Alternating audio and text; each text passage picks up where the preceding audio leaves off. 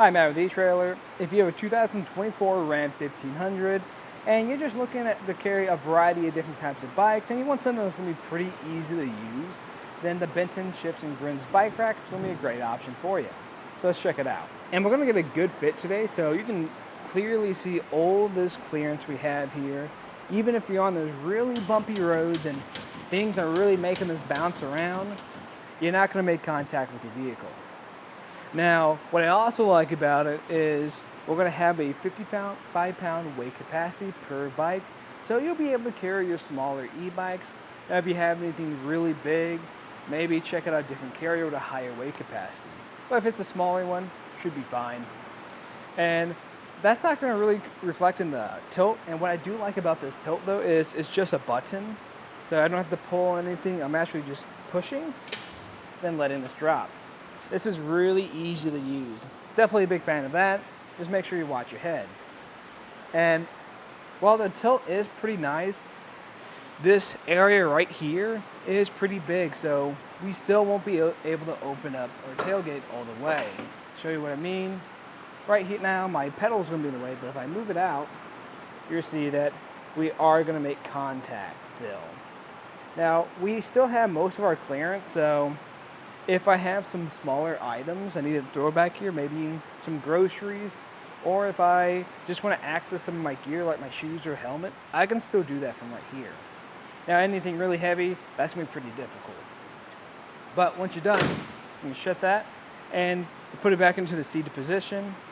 All I have to do is come back here, lift up on the carrier, till it clicks into place. Now, if we want to take a closer look at this rack, I'm going to take off my bike. So where I like to start is with these straps. We're going to have one per tire. Make sure you just tuck that away so it's a little bit easier to take off. Same thing on the front side. Removing that and tucking it away. And now we're going to have this front ratcheting hook, and what I like about this is it can work one of two ways. Right now we have it on our tire, so if you have those carbon frame or alternative frame bikes, you're going to be fine. You can still use this. Now, if you don't want to connect it to your tire for whatever reason, maybe you get a better fit when it's on the frame, you can also use this front ratcheting hook for that as well. All I have to do to remove it is maintain control of my bike, press this button, push up on it.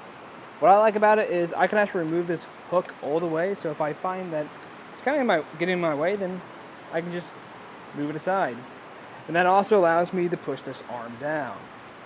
A big fan of that because typically it makes this process a bit easier. Now, of course, if you have some larger pedals, that might be a little bit tricky too, but now I can just lift up on this.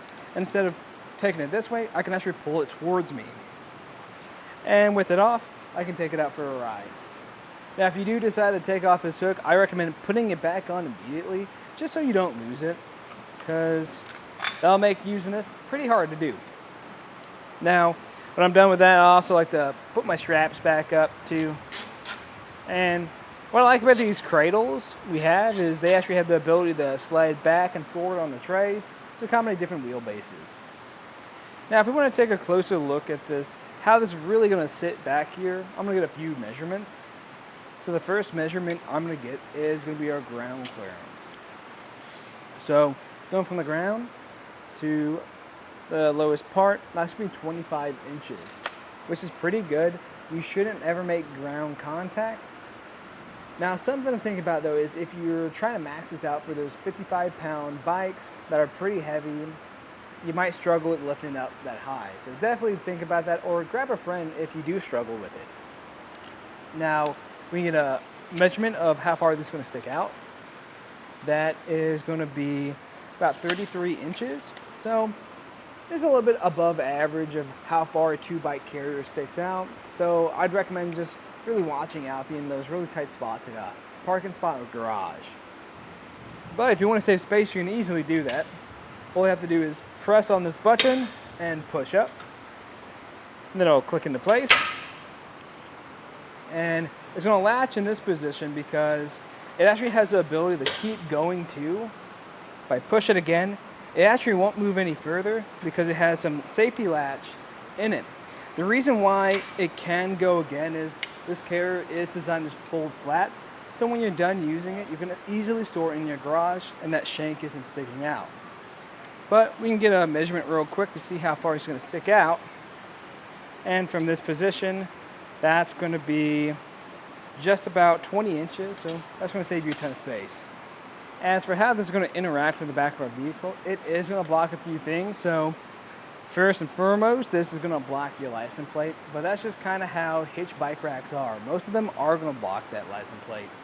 Now, if you're looking for something that doesn't do that, I'd recommend checking out some of our tailgate pads, because that's just going to sit on the tailgate. You'll still be able to use your tailgate, but you won't have to deal with it blocking your license plate. Now, the downside to that is trying to use those heavy e-bikes on there is not going to be ideal, because that's a pretty high lift. But as far as your backup camera, it will block some of that. And since it does stick out a little bit further out, it's going to block probably at least half your vision back there. So depending on the situation, you might not be able to use that either. But as far as your taillights and back window is concerned, won't block that. And the way this is going to install is we're going to have this 2-inch shank that goes into your 2-inch hitch receiver. And we're going to have this anti-rattle bolt that goes through and connects to a nut on the other side. And that's just going to give us a little bit better of a fit so it's not rattling around in your receiver. And we also have this sleeve right here to aid us with putting this on. So what I like about that is we have this knob. If I just loosen that up some, I'm going to show you how it works. This is just supposed to make taking this on and off really easy, since you will be storing this a lot of times when you're not using it. As you can see, that bar pulls back and forward. So this is just going to make it easier, and remember where that hitch pin is, so you don't have to line everything up each time. In my opinion, I think this is a pretty good option for what we have today if you're just trying to take a variety of different types of bikes. Now, if you ever want to make this into a 4-bike carrier, it's really easy to do.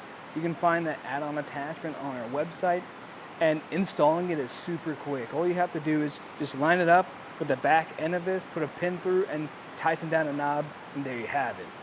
And it's really easy to take on and off, so if you're in a lot of different types of situations, you can accommodate for it. Especially with you having this bed free, you can easily store that second half back here. Now, if you're looking for other options that work similar to this and you just want to see what else is out there, I'd recommend checking out the Rocky Mounts monorail bike rack, because what that has is it's just a little bit easier to use, and it's going to have a slightly higher weight capacity. I think either one's a great option, but where this one really shines is it's going to be a lot easier to store in your garage, especially with it being able to fold into itself and become flat flush. Now, if you're looking for stuff that is really easy to store in your garage, and I'd also recommend checking out the Thule Epos bike rack. Because what's really nice about that is instead of folding in on itself flat with that shank, it actually folds the carrier part or those trays in on itself. So it's going to have a much smaller width, and it's going to have wheels too, so when you take it off, you don't have to worry about carrying it the whole time. The drawback to that one is that's going to be at a much more premium price point, so if you're looking at something a little bit more on a budget but a value rate, then this is going to be probably one of the best bets for you. But that was just a look at the Benton Bike Rack on the back of our 2024 Ram 1500. I'm Matt. Thanks for watching.